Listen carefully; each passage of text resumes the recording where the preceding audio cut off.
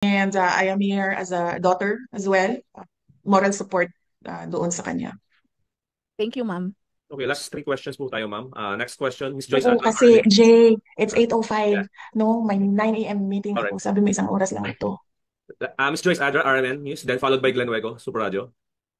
Good afternoon po, VP. Ma'am, ask ko lang po, meron kasi mga report na peke yung ibang EJK victims sa kapisanan ng mga broadcaster na Pilipinas sa forum po the other day. Hindi naman ito dininay ni Attorney Claire Castro at ang parang sinisipa niya yung isang media na nagtanong sa kanya na alam mo naman palang kapitbahay mo yung isa at hindi pala totoong EJK victim. Bakit hindi mo sinulat ng tama? Bakit hindi mo itinama yung isinulat mo? So kayo po, anong masasabi niyo po dito sa mga sinasabing peke ng EJK victims?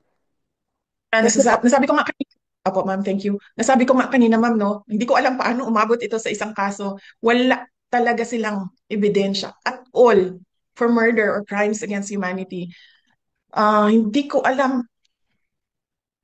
It baffles me, really, truly, how this has happened, no?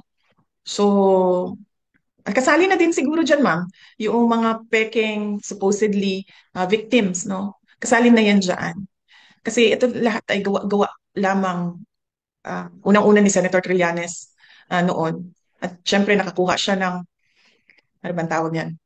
Kakampi o kaalyado sa loob ng pamahalaan. So, yun. Miss Joyce, okay ka na? Are you good? Oh, wala na. Okay, last question. Okay Raymond na po, Antonio. sir. Thank you po. Thank you. I'm done po. Thank you. Okay. Raymond Antonio, Marita Bulletin, last question, then we're up. VP, good afternoon. Senator De La Rosa admitted having an ill feeling towards National Security Advisor Eduardo Año following the arrest of your father, the former president. How about you, VP? What do you feel right now, given that Año was one of your father's men and member of his cabinet? And lastly, Vice, meron din po kasi lumulutang na